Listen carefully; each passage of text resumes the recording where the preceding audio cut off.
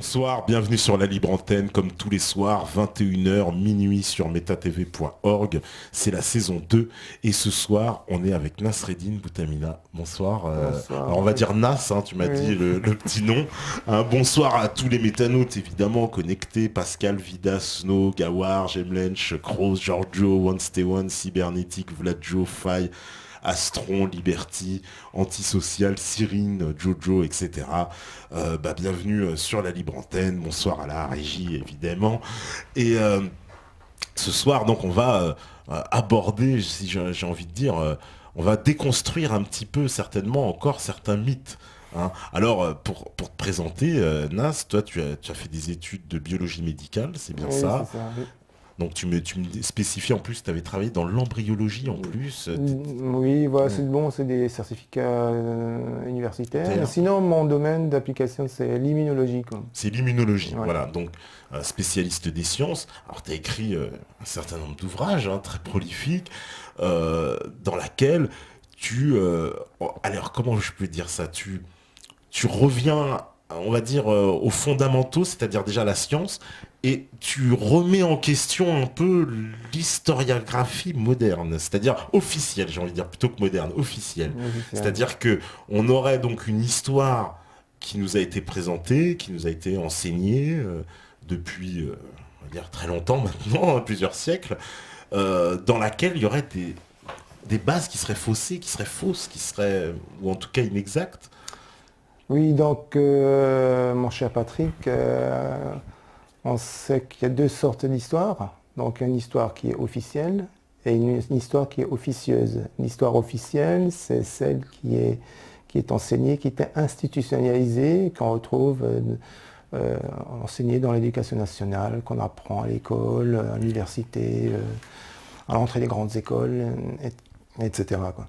Donc il y a aussi celle-là, c'est une histoire que j'ai retrouvée après maintes et maintes recherches, parce que cette histoire-là est comme un immense puzzle, je dirais peut-être même d'1 million d'éléments, où il faut récupérer ça dans maintes et maintes endroits, que ce soit dans les musées, les librairies, les bibliothèques, etc., pour essayer de faire une espèce de condensé. En fait, c'est une vision globale de cette histoire. Et on s'aperçoit que cette histoire a été tronquée, maquillée, ou tout bonnement fabriquée de toutes pièces.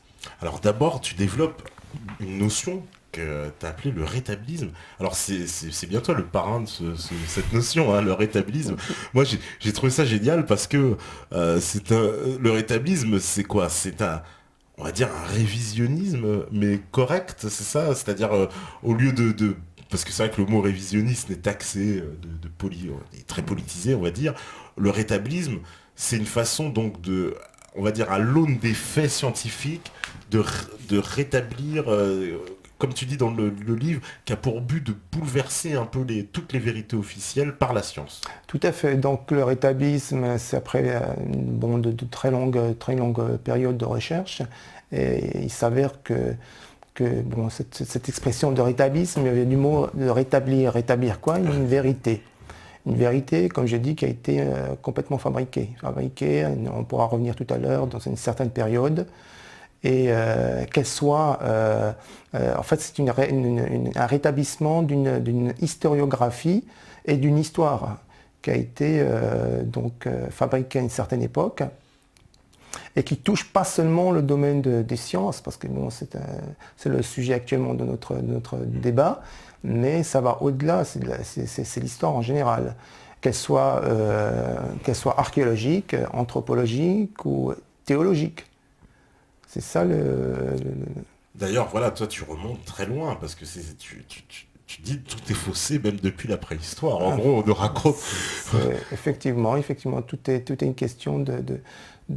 En fait, l'histoire actuelle, c'est rien d'autre que faire l'apologie d'un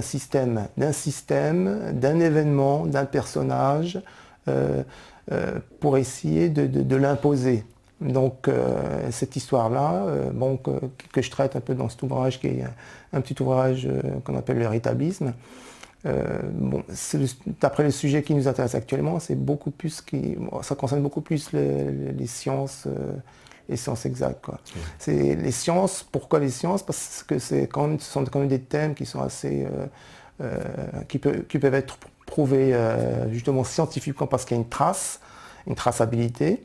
Et surtout, devant l'ampleur de cette mystification, il s'avère qu'il y a quelque chose qui ne va pas, quoi. Quelque chose qui ne colle pas, qui est bizarre, étrange, par rapport à ce quand on fouille bien, quand on se retrouve après d'avoir très bien fouillé l'histoire. Surtout, on pourra revenir tout à l'heure sur l'origine même de cette science. Oui, justement, voilà, on va revenir aux origines de la science. Alors, tous les préceptes, parce que toi, tu pars vraiment en nous disant que l'histoire, dans ses fondements, en fait, on nous a trompés, quoi. Dès le début, la vision, on va dire, déjà darwinienne des choses, toi, tu la réfutes complètement. L'homme descend du singe, enfin, Lucie, etc. Tout ce qu'on nous apprend finalement à l'école, en plus. Oui, c'est vrai. Certains de mes travaux se sont orientés vers l'origine de l'homme, qui n'est pas tout à fait notre sujet actuellement. C'est beaucoup plus spécialisé. Ça pourra en faire une émission de plus tard, si tu veux bien, concernant justement l'origine de l'homme, son apparition, qu'elle soit anthropologique, archéologique ou historique. Pour revenir à l'histoire, je me permets de lire une petite phrase du fondateur des sciences humaines qui s'appelle Ibn Khaldoun, né en 1332 et mort en 1406, donc qui est le fondateur des sciences humaines. Il définit l'histoire comme je vais vous la lire. Il faut rejeter toute information suspecte et faire preuve d'esprit critique et d'impartialité. Les phénomènes événementiels sociaux s'étudient de manière analytique et dialectique. Il faut combattre le démon du mensonge avec la lumière de la raison.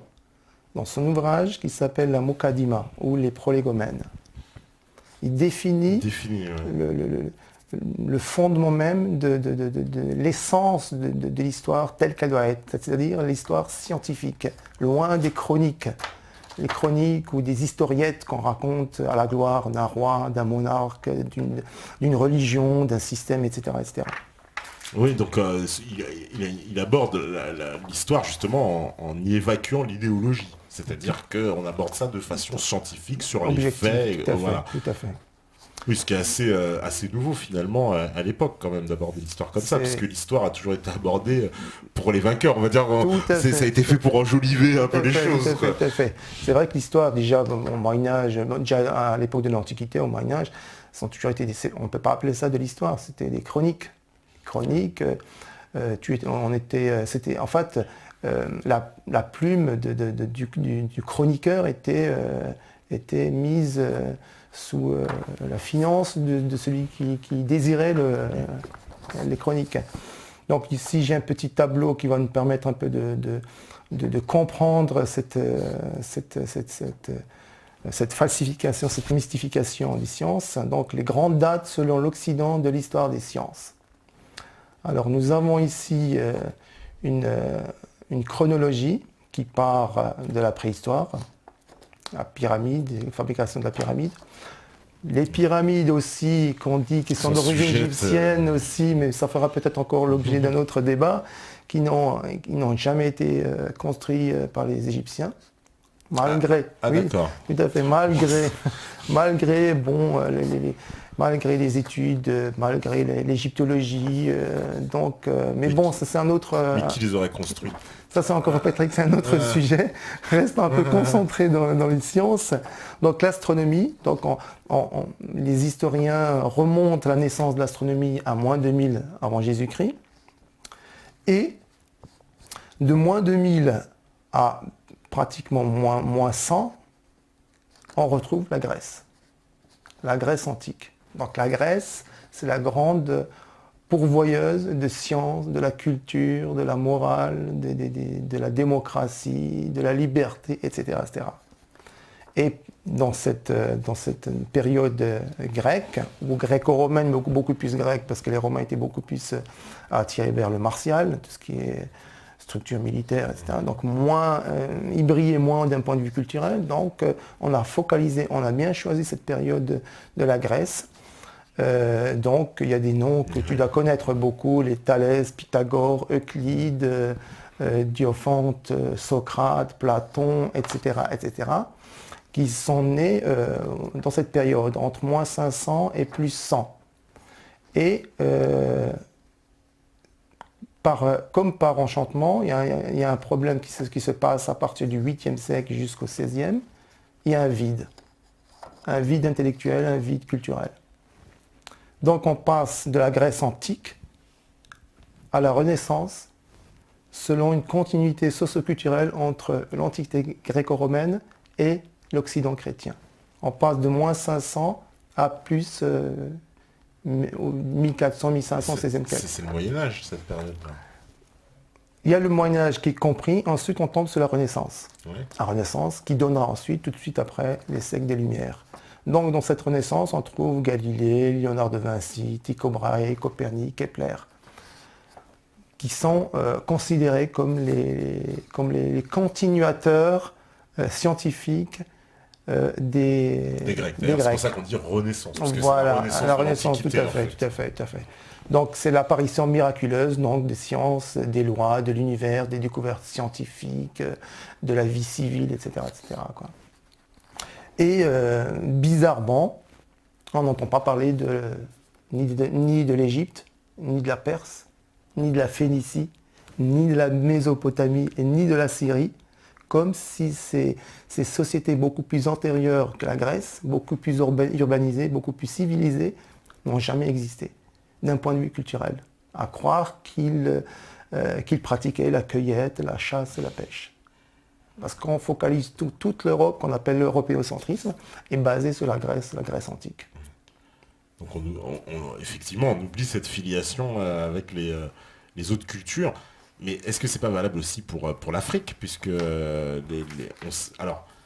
puisqu'on est dans la déconstruction, tous ces auteurs grecs qui nous sont enseignés, beaucoup on va dire, il y a d'autres théories aussi que celles qui sont officielles, qui nous disent que ces gens-là seraient allés en Égypte en fait à un moment donné pour justement apprendre ce qui va être la médecine, les arts, etc. Est-ce que c'est un fondement historique, ça, vraiment? Parce que beaucoup d'historiens africains défendent ce point de vue-là. Oui, effectivement, c'est vrai que on relate, les scientifiques relatent comme quoi l'Égypte est le professeur de la Grèce antique. Ouais. Effectivement, pour certains éléments, par exemple l'architecture. L'architecture, c'est vrai, la sculpture, les fresques, le décor des temples, c'est vrai effectivement de ce côté-là. Quoi. Mais d'un point de vue scientifique, rationnel, en parlant des mathématiques, par exemple, l'architecture construite par les Égyptiens ou les Grecs n'a rien de scientifique. C'est une construction, je dirais, pragmatique. On sait construire les maisons, on sait construire des colonnes, on sait construire un temple. Oui, mais les statues quand même énormes. Les statues, c'est encore un autre phénomène. Est-ce que tu parles des statues grecques ou des statues égyptiennes? Par exemple, les colosses de même nom. C'est vrai, comme je disais tout à l'heure, au niveau des pyramides, si les pyramides n'ont pas été construites par les Égyptiens, il y a certaines pyramides, certaines statues dont les proportions, la morphologie, la structure, le matériau sur lequel ont été travaillés est inhumainement impossible, mathématiquement impossible à réaliser. Déjà au niveau de l'outillage, quoi. Quel outil ont-ils utilisé pour tailler du quartz, par exemple? Donc voilà. Mais ça, c'est encore, comme je dis, ça, c'est encore un autre phénomène. Mais disons que les sciences comme les mathématiques, la médecine, la botanique n'ont jamais existé auparavant, pour la simple raison. Pourquoi? Parce que ces sociétés antiques étaient pataugées dans un bourbier qu'on appelle la mythologie. Ils étaient foncièrement mythologistes. Les légendes, les superstitions, la magie étaient le pain quotidien de ces sociétés. Et on sait très bien que la mythologie, les sciences, les légendes et les superstitions sont antinomiques vis-à-vis de la science. C'est pas possible qu'on peut être mythologiste et en même temps scientifique. Ça va pas. C'est contradictoire. Et donc, parlons de la Grèce parce que c'est notre, disons, c'est notre sujet de notre débat. Étant donné que la Grèce est foncièrement mythologique, toutes les divinités de la Grèce antique, tout le panthéon grec était l'artisan de l'univers. Chaque dieu était responsable d'un élément ou d'un principe naturel. Zeus, par exemple, j'ai fait un petit tableau vite fait. Zeus, par exemple, était dieu suprême et le maître des dieux et des hommes. Prenons un cas concret. Déméter, chez les Romains, elle avait un autre nom qu'on appelle Cérès, était la déesse de la terre et de l'agriculture. Rentrons un peu dans la logique d'un grec. Imaginons qu'un grec a fait une mauvaise culture. Que va-t-il faire? Étant donné qu'il est mythologiste, il va faire des offrandes dans un panthéon à Déméter. Par des offrandes, des incantations pour que la terre soit beaucoup plus productive. Donc il n'aura jamais l'idée d'étudier la plante, l'irrigation pour essayer d'améliorer sa culture. Donc pour lui, il est impensable d'étudier, de sortir du contexte mythologique pour aller vers un système scientifique, quoi, rationnel, qui est débarrassé de tout contexte hasardeux, douteux, ou légendaire, ou superstitieux, ou mythologique. Tous les scientifiques grecs, ils obéissaient tous à ce canon, tout à fait. Tout à fait. Donc, on peut dire que la société gréco-romaine demeura la philosophie des dieux et de leurs mythes. La connaissance de l'univers fut pour les Grecs et les Romains une interprétation intellectuelle uniquement et exclusivement mythologique. Chaque dieu, donc comme je dis tout à l'heure, donc chaque dieu responsable d'un élément ou phénomène naturel détient une autorité qui explique son pouvoir sur l'homme et sur la nature. Poséidon, c'était le maître de la mer, donc de la pêche, donc tout ce qui est en rapport avec la vie marine. Pourquoi étudier les plantes, le plancton, les poissons puisqu'on a déjà le dieu qui s'occupe de... Mais les Grecs, ils ont quand même étudié, non? Ils ont pas laissé, c'est une légende ça aussi, qu'ils nous ont laissé des travaux quand même sur sur l'étude justement, j'ai envie de dire des mathématiques par exemple. Donc ce phénomène, en fait, ce problème, en fait c'est un problème parce qu'en réalité ils n'ont strictement rien laissé, quoi. Justement, sur quel support ont-ils laissé un quelconque ouvrage? On pourra tout à l'heure parler un peu sur ça, mais j'aimerais bien reprendre un peu certains écrivains qui ont travaillé, des hellénistes qui ont travaillé justement sur la Grèce antique. Parce que le problème avec la Grèce, il ne suffit pas de nous dire, Pythagore, Thalès a écrit, a inventé la géométrie, le théorème. Voilà, d'Archimède, de Pythagore ou de Thalès, quoi.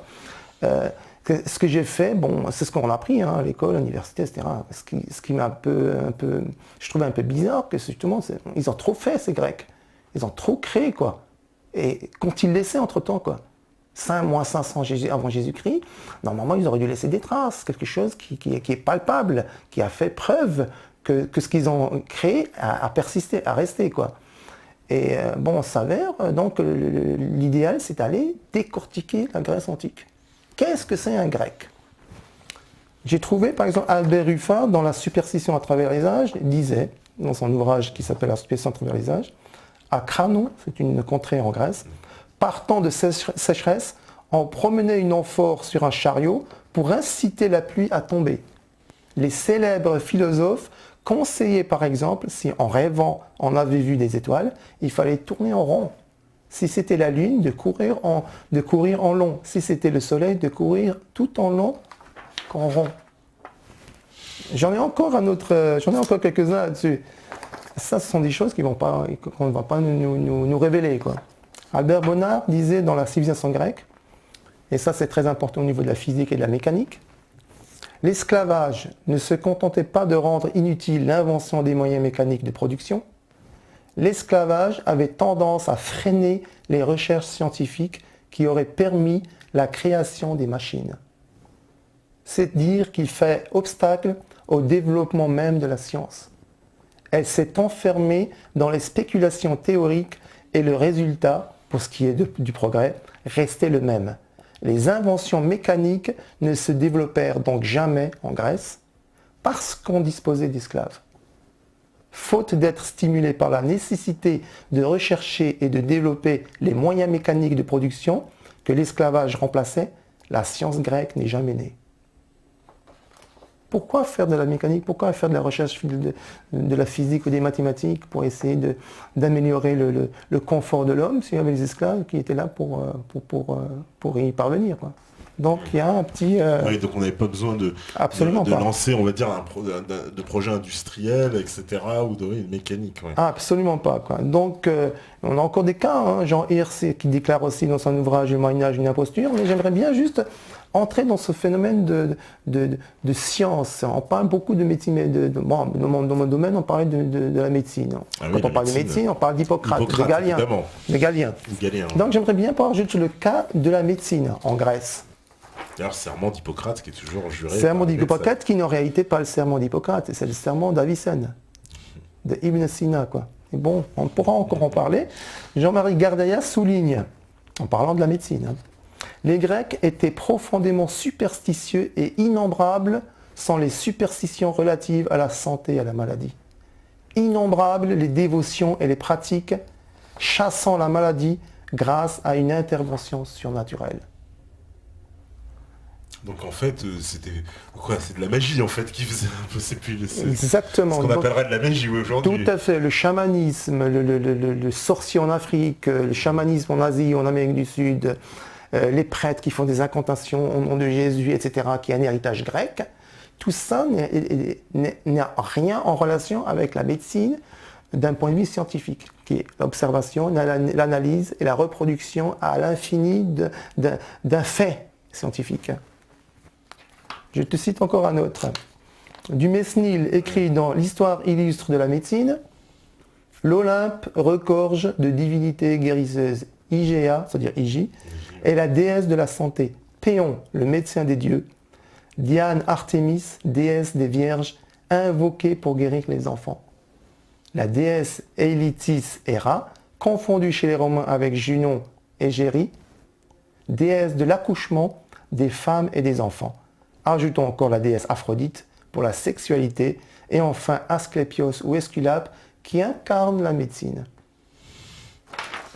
Donc ça en plus ce sont des auteurs français, c'est ça qui ont fait des recherches approfondies sur la médecine grecque pour en connaître les racines exactement. Je peux encore, si on a un peu de temps...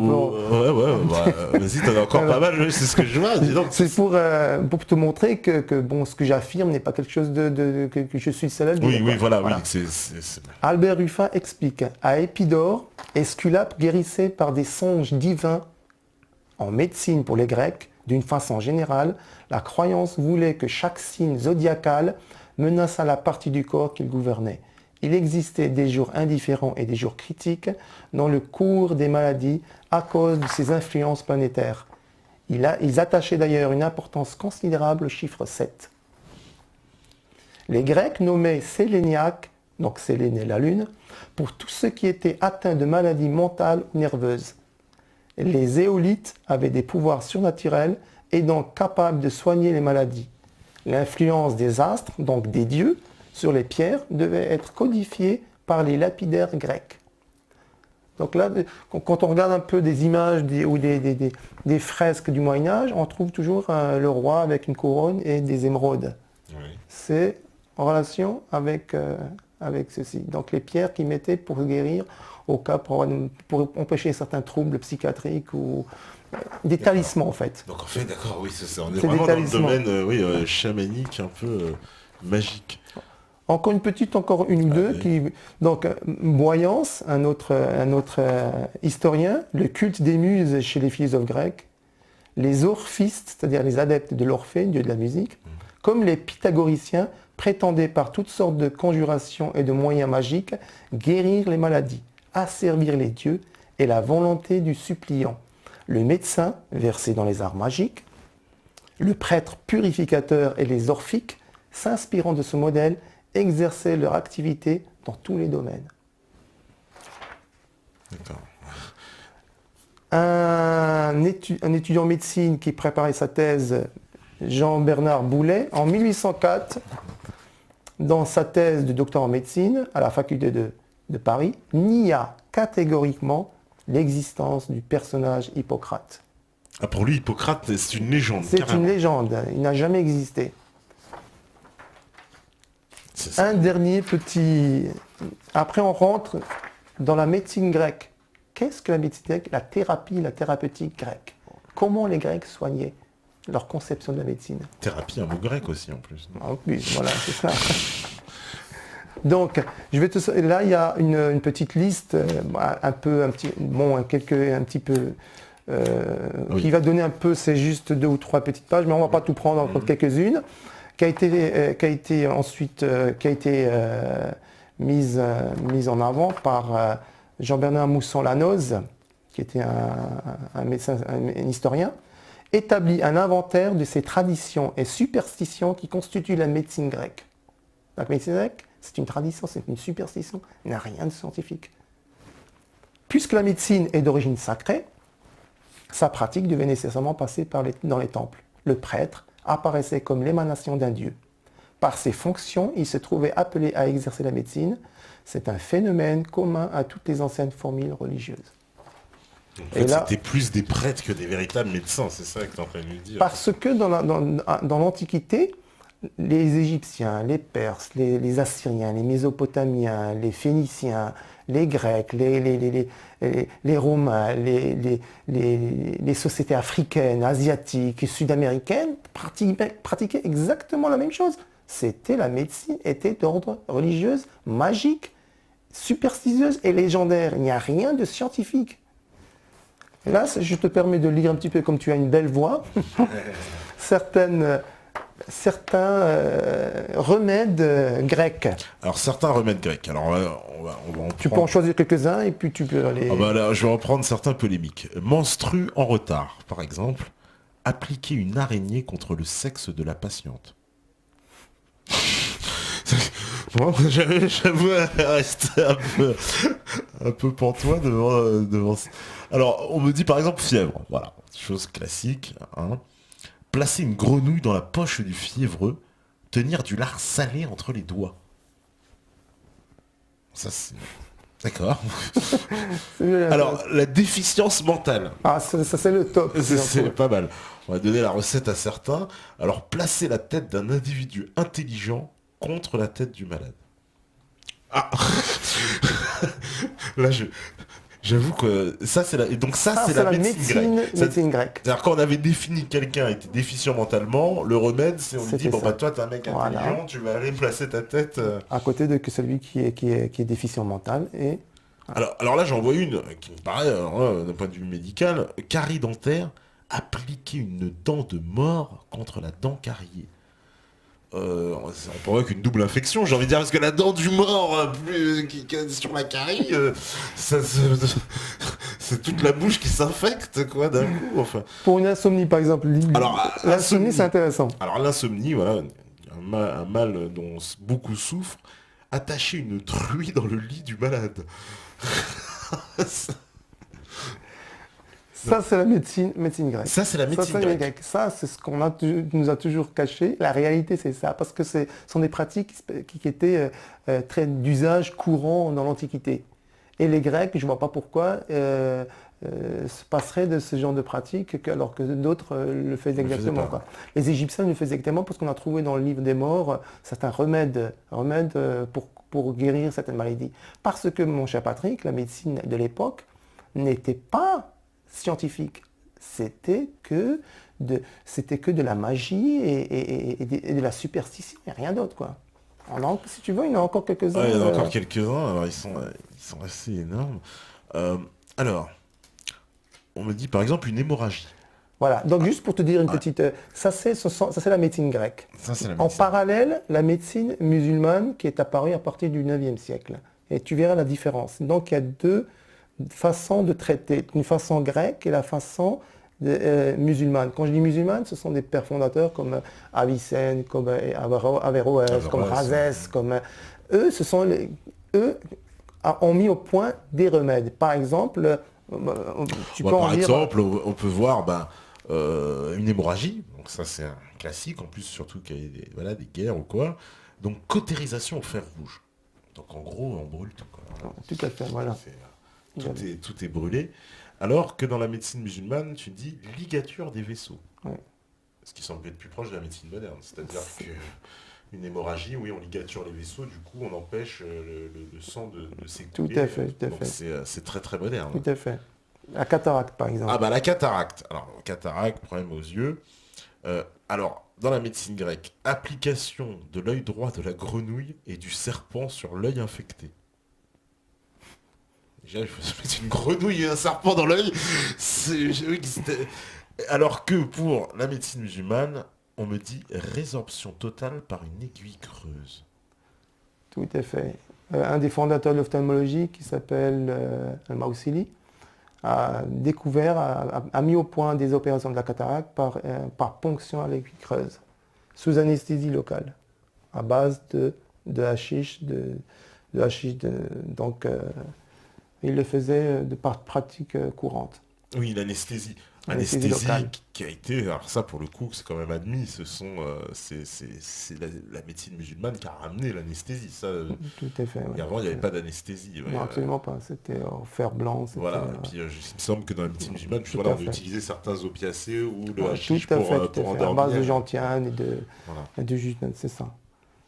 Alors il y en a d'autres, oui, c'est vrai qu'il y en a qui sont... Il faut justement que les gens essayent d'avoir conscience de cette médecine. J'en avais une tout à l'heure qui était assez marrante, je vais les lire quand même, c'était la conjonctivite. Donc appliquer l'œil droit de la grenouille et du serpent sur l'œil affecté. C'est horrible. On a déjà les yeux complètement boursouflés, et en plus faut que tu fous des grenouilles sur les yeux. C'est ça, quoi. Et ça, c'était ça C'est la médecine grecque. la médecine tout à grecque. fait. Ça, on ne l'apprend pas sur les bancs de la faculté de médecine. Pour eux, Mais qu'est-ce qu'on a... Mais les médecins, comment ils justifient ça? Parce qu'on leur apprend ça, ils le voient ça. Comment ça... On voit bien que cette médecine... Enfin, Parce qu'il n'y a, Patrick, il n'y a pas d'histoire histoire de la médecine. Il n'y a pas d'histoire comparée de la médecine. Quand on fait des études, et dans tout le reste, je veux dire, quand on fait des mathématiques, de la biologie, je veux dire, de la géographie ou n'importe, on ne daigne pas voir la médecine d'un point de vue global, universel. Est-ce qu'il y a d'autres peuplades à travers la planète qui ont travaillé sur la médecine qui est un peu différente de celle-là? Mais eux, ils ont focalisé que sur la Grèce et rien d'autre. La Grèce, c'est l'européocentrisme. La Grèce est la valeur de tout, la valeur absolue de toute la science. J'arrive avec mes travaux et je fais du rétablisme. Je rétablis quelque chose qui est très qui ne peuvent pas tolérer. C'est pas possible, quoi. Donc voilà. Parce que toi, tu expliques que donc cette médecine-là, ouais, tu nous montres que ça relève pas de ce que nous, en fait, on appelle la médecine aujourd'hui. Qui n'a strictement rien à voir, quoi, parce que la médecine, elle a une traçabilité. Elle est apparue à une certaine période, et ensuite, bien sûr, elle s'est développée, elle a évolué jusqu'à ce qu'on trouve maintenant la médecine actuelle, quoi.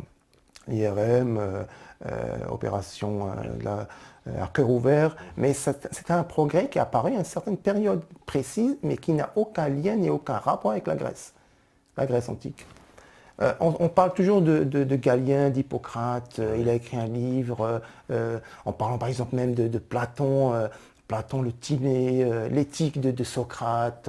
Le problème, qu'est-ce qu'un livre? Parce qu'on reprend, il y a un petit, tu as déjà vu l'école d'Athènes? Oui, l'école d'Athènes, où on remarque Aristote tenant l'éthique, Platon à côté de lui, tenant le Timée.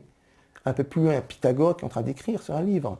Derrière lui, il y a un personnage affublé d'un chèche qu'on peut apercevoir comme Averroès, et qui essaye de copier un peu par-dessus l'épaule de Pythagore. Et un peu plus loin vers la droite, on retrouve Euclide et Archimède. Ça, c'est l'école d'Athènes, la fresque de Raffaello de Sanzio, qui se trouve au Palais du Vatican, à la Chambre des signatures. Donc le problème là, c'est une fresque on dirait, à l'époque, c'était pas quelque chose d'anodin, c'était pour marquer la conscience des individus. Quand on remarque la fresque de Raffaello, on retrouve des livres. Aristote, Platon, Socrate, mais certains vont vous dire, mais bon, c'est symbolique et tout. Mais la conscience collective des gens, c'est un livre. Un livre est un livre. Qu'est-ce qu'un livre en réalité? Qu'est-ce qu'un livre? Qu'est-ce qu'un livre? C'est un recueil, je sais. Un livre est la réunion de plusieurs feuilles entre elles qui donnent un livre, c'est-à-dire un codex, qu'on appelle en latin un liber, quoi. Donc voilà, voilà la définition d'un livre. On va le prendre directement pour ne pas de la définition même du Larousse. Le livre se définit comme une réunion de plusieurs feuilles de papier servant de support à un texte manuscrit ou imprimé. Donc, un livre comme défini, puisqu'on nous dit que ces livres ont été écrits par Hippocrate, par Galien, par Thalès. Ils ont écrit des ouvrages de mathématiques, de géométrie, de médecine, de chirurgie, de botanique, matériel médical de Dioscoride, etc. quoi. Sur quel support ont-ils écrit? D'après ce qu'ils nous disent, et ils nous l'imposent sur des livres. Donc le livre, d'après cette définition, on n'en a jamais trouvé un seul vestige. Il n'y a aucun livre. C'est-à-dire Mais il n'existe pas. Même d'un point de vue archéologique, quand on fait des fouilles, ils ont fouillé la Grèce, ils ont fouillé Rome, ils n'arrêtent pas de fouiller. Ils fouillent tout le temps. Jamais ils n'ont trouvé un vestige d'un quelconque livre.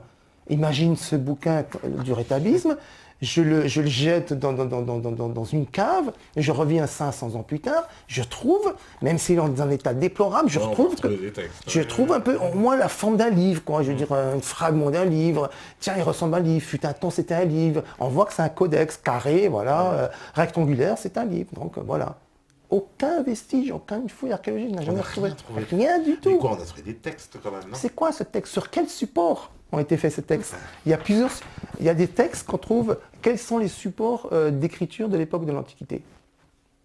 Tablette de bois blanchi. Tablette de bois blanchi. C'est vrai qu'on n'a pas encore au papier. Hein. Voilà. On est très loin du papier. Tablette de bois enduit de cire. Ça, oui. Le parchemin à base de potane et de bovin, d'agneau, de chèvre, etc. Des tablettes d'argile, qui est apparu un peu plus tard d'ailleurs. Sinon, plaques de bronze, plaques de pierre. Ah oui, les plaques de bronze, on a retrouvé. Voilà, plaques de pierre. Oui.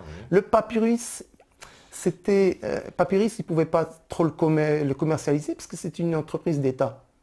Le pharaon avait le droit monopole absolu sur le papyrus.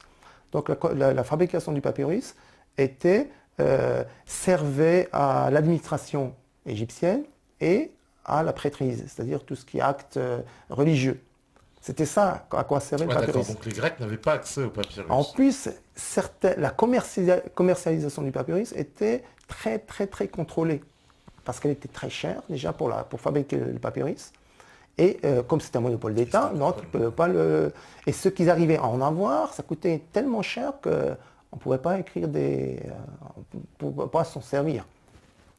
Donc le problème, c'est que sur ce genre de support, on peut faire des estampes, on peut graver un petit peu, quoi.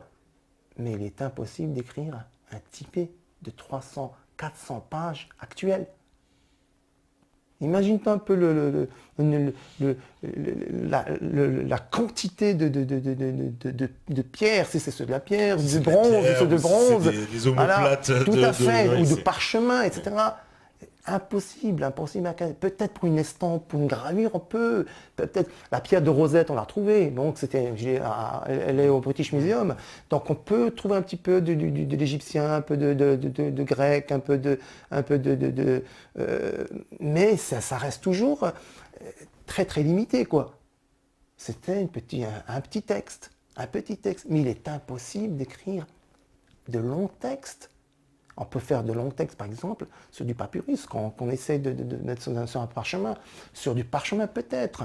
Mais écrire le Timée ou l'éthique, il est impossible d'écrire 300 pages de notre caractère à nous, quoi. Imagine-toi ce que ça peut faire. Donc ça veut dire qu'à l'époque, en fait, à cette époque, donc qu'on appelle en plus l'âge d'or de la Grèce classique, hein, c'est comme ça que ça s'appelle. Donc il n'y a rien, en fait, il n'y a pas de traces. Aucune trace. On a quoi, des bribes de textes qui ne sont pas revenus? C'est quoi? Comment on a attribué, par exemple, le théorème de Pythagore? On nous a dit, Il y a un Tout à tournage fait. de Ça Pictet. serait, Patrick, ça sera peut-être dans le peut-être tout à l'heure, Ah bon, ok, parce qu'il y a un cheminement, pour comme ça on comprenne bien, que les d'accord, gens qui ok. nous écoutent comprennent bien. D'abord, le problème, le papier est apparu quand? Ah, beaucoup plus tard, le papier, on sait, ça paraît beaucoup Le plus tard. papier apparaît pendant la bataille. Il y avait une bataille qui s'appelle la bataille de Talas. La bataille de Talas, c'est une bataille qui a opposé. Bon, c'était au Kyrgyzstan. Oui. Kyrgyzstan, il y avait un. En Asie centrale, donc Voilà, actuelle. l'Asie centrale. Donc, il y avait le monarque qui était converti à l'islam et qu'il demandait l'aide des musulmans parce que les Chinois arrivaient en masse pour l'obliger à payer un tribut. Donc cette région donnait un tribut chaque année aux Chinois. Et comme à cette période, ils ne voulaient plus leur donner, les Chinois, par représailles, ont envoyé une armée. Il a demandé l'aide de Abu Abbas Safa, de la dynastie des Abbassides, Oui. qui a envoyé le général Salih ibn Ziyad, c'était un grand général de l'époque de l'armée musulmane, qui est allé aider ce monarque. Il y a eu une grande bataille. Donc la bataille était conduite pendant la dynastie des Tang, en chinois, qui a été ensuite commandée par le général Tao Qianchi, peut-être pas un Sud-Coréen, mais un Coréen, un général coréen Tao Qianchi, qui était à la tête de l'armée chinoise. Donc il y avait une très grande bataille. Les musulmans sont sortis vainqueurs. À la suite de cette bataille, les musulmans ont fait prisonnier des Chinois, des prisonniers chinois. Ils ont été emmenés à Damas et à Bagdad, et c'est là qu'ils ont délivré le secret du papier et de l'encre de Chine. D'accord. Voilà. Donc en 755, la création d'une manufacture de papier qui alimente l'empire musulman. Donc en 755, le papier apparaissait dans les territoires musulmans. On est loin du papier, du timé et de l'éthique, puisqu'il n'existait pas. Oui, C'est à cette période qu'est apparu le papier. Bien Nous sûr. avons des traces historiques. Papier inventé par les Chinois, ça, il n'y a Par pas les de doute Chinois, là-dessus, tout à fait. comme langue de Chine, Tout d'ailleurs, elle à porte encore fait, son tout à nom. fait, tout à fait. Donc voilà. Donc ensuite, à cette période de 755, il y a eu un livre, la naissance du livre. Le premier livre de l'humanité réellement, qu'on peut tracer archéologiquement, historiquement, fut le Coran. Donc la naissance du livre, le premier livre, en arabe on appelle ça Kitab. Kitab, c'est le livre. D'ailleurs, ce qui est paradoxal dans cette histoire, c'est que Kitab, dans le Coran, il parle du Kitab. Il te parle, il te dit, c'est un assemblage de feuilles en forme de manuscrit. Il te donne déjà la définition, comment fabriquer le livre. Mais les Chinois, ils ont fabriqué des livres. Non, ce n'était pas des livres, c'était des parchemins. Des parchemins qu'on dépliait Voilà, comme ça, les gens. tout à fait. C'est des rouleaux, en fait. Des rouleaux. Ils ne connaissaient absolument pas le livre.